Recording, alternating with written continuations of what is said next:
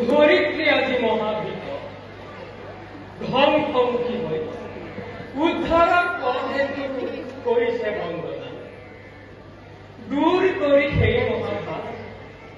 ছিন্ন কৰি দুখৰ বান্ধু ধৰ্ম ৰক্ষাৰ পুণ্যভূমি ভাৰত নিজ অংশে নিজে মই লওঁ অৱতাৰ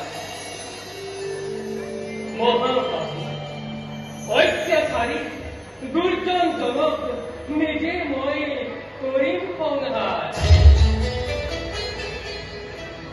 শুনা শুনাও